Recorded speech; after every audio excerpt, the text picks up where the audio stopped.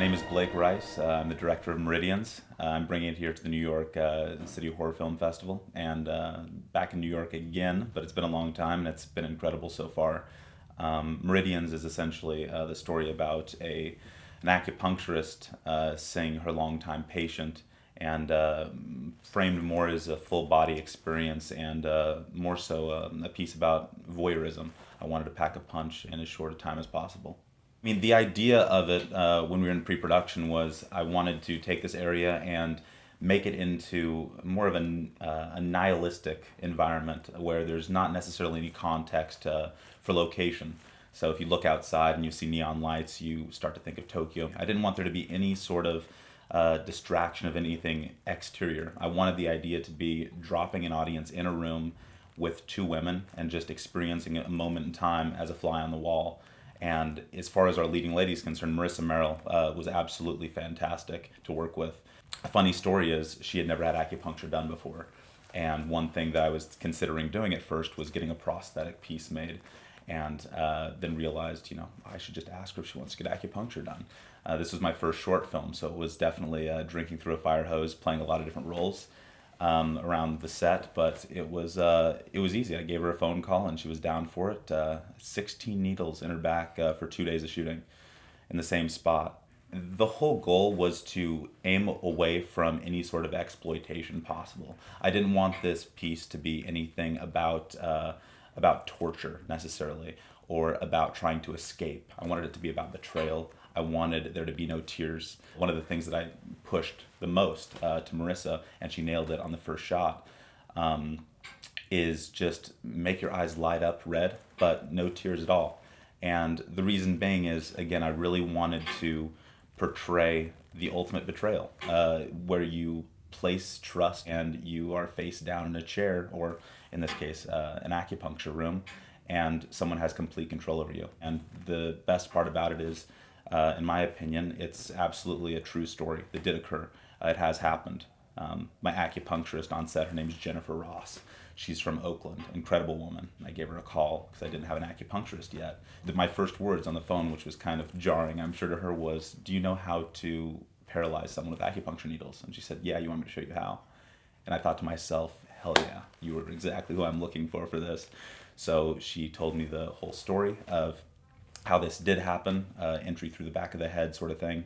And it really just kind of, I ran with it because I always wanted to push hyper-realism, fly-on-the-wall style instead of something that could be explained away in different ways. The horror films that have affected me the most are the ones that are more horrific thrillers.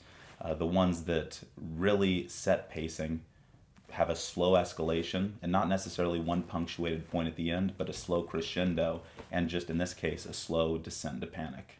Our other lead actress was Yeun, and she played the acupuncturist. She had never done acupuncture, but she had played roles where she was either a masseuse or something similar. And when I was going through different reels and also having readings, most of it was online. I was in the Bay Area at the time. She was in LA. The most difficult aspect was balancing the energy between Ellen and Marissa, because I knew if there was one that offset the other, you'd feel like one could dominate the other. Marissa couldn't be as fragile as, say, a Mia Farrow in Rosemary's Baby, where you feel like you blow on the screen and she'll disappear. At the same time, a little bit of strength as well. So balancing that with someone like Ellen was the route I took. So getting back to the reel, she sent one in with her in a full white scrub get-up that you would expect in any acupuncture clinic. It was automatic. What I saw in her eyes was so cold, I just instantly connected to it. And her idea for the role that we collaborated toward was basically taking it in a very cliche, cookie-cutter Asian American accent you would expect at first, and then at one point cutting that and going to straight American dialect and very direct into the computer. So that was the goal. I couldn't be happier with the way they balanced each other out on set and what they brought to each character. It lit up as soon as we went in, and it was very meditative, the entire process. So this was my first short film, and I didn't go to film school. I was a film nerd my entire life.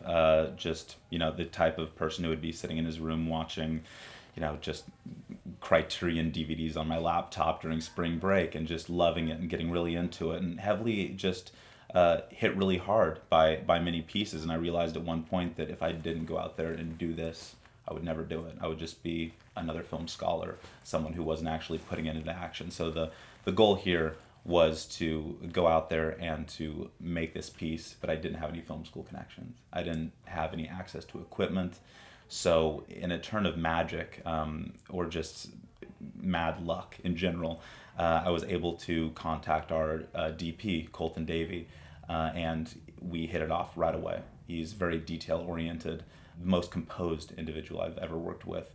And he also just understood the aesthetic I was going for from the beginning. My vision for it was to not necessarily do a Japanese yellow tone over it, but keep it more of a Korean noir with auburns, and use some diffusion in there too to soften it up. And the reason we chose to use an Arri Alexa for the shoot was to really make those skin tones pop, since there was so much flesh on screen. And since the entire thing was basically about needles going into flesh, it seemed like the obvious choice. It took a bit of time to go through the process of vetting this crew from scratch, and also finding out where I could cut corners to keep as few people in this room as possible. Not only just for our budgetary concerns, but just so the lead actresses were comfortable. And it was getting toasty running the Alexa, so we had to like ventilate at certain times. So trying to configure that in a way that worked was difficult at first. But I was really fortunate to meet Alan Chun, who was our gaffer, but he played many roles, and he basically brought a U-Haul truck of gear that he owns, and he was a one-man army. He was doing absolutely everything with the lights, and just setting up the entire set in a way that was dynamic, and that was what I was looking for. 4 guys packed into one, and he brought that.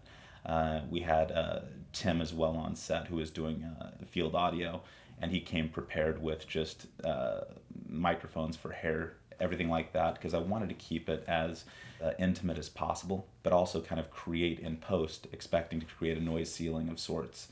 In that same vein, one portion of the process that was really special to me is usually when I start working on a project, I'm hit with a song.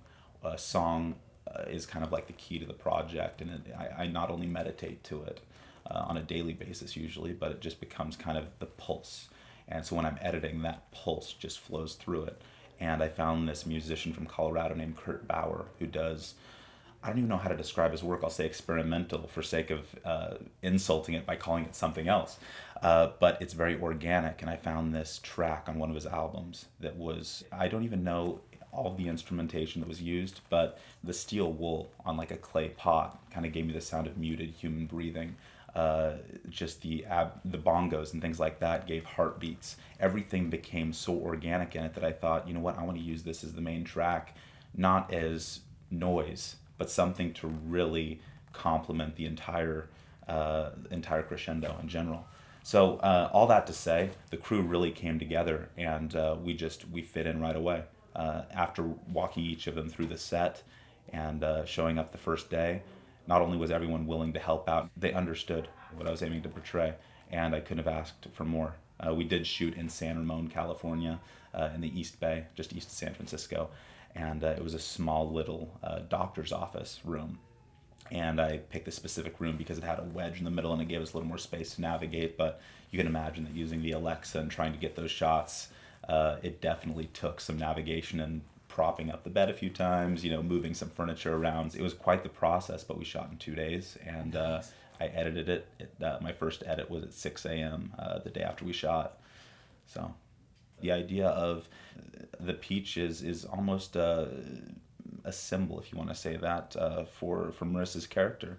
She's picked up, she's discarded, and almost in a sacrilegious way in front of Buddha from an offering plate. I felt that the image was powerful enough to kind of lead people in different directions when they saw it, and it led me in one, definitely, with the character picking up the peach and eating it. And I wanted that coldness to be a part of Ellen's character, but in the same way, I wanted that peach to really be discarded in a cold sort of way. I didn't want to use gore in this, and it wasn't for any budgetary concerns or anything like that, or using squishy noises for acupuncture. I wanted it to be a transference of energy, if anything. I wanted to focus on faces. I wanted to really keep it intimate, and I wanted to keep that betrayal real too. As soon as, if I were to show blood, if I were to show an insertion point, it would detract from what I really wanted to tell the story about, which is an interaction between two women and betrayal. So all I really wanted was, in almost a sexual sort of way, for there to be this orgasmic transference of energy once the needle is penetrates, and there's a slow realization of what's happening, and then a gasp and complete panic. And that was my goal, just for that energy to transfer from Ellen to Marissa in that sort of way. And that violence to me shook me more than showing a needle. We're still running the festival circuit. We just got back from Screamfest in Los Angeles. Then we're headed to Australia next, I believe. We did hit Oakland, which was cool because we were able to meet the writer of Friday the 13th, and then Sean Cunningham was here, last night, which was incredible. So just being and breaking bread with those sorts of people has been great. We were in Sacramento as well, and I've just been running the circuit through 2015 and still going. But I'm working on project number 2 right now, so I'm really excited about that. Well, New York's been incredible, and the New York City Horror Film Festival is one of the best festivals I've been to yet. The entire staff in general has been incredible. It's a certain energy and a mix of humility and passion and talent that comes together in a way that is never pretentious at all. It's so pure and genuine, and it's difficult to find that on the festival circuit. So when you do find it, you cherish it and you remember it and you spend as much time around it as possible. So my experience in New York so far has been stellar, nothing short of stellar. It's been an absolute incredible ride.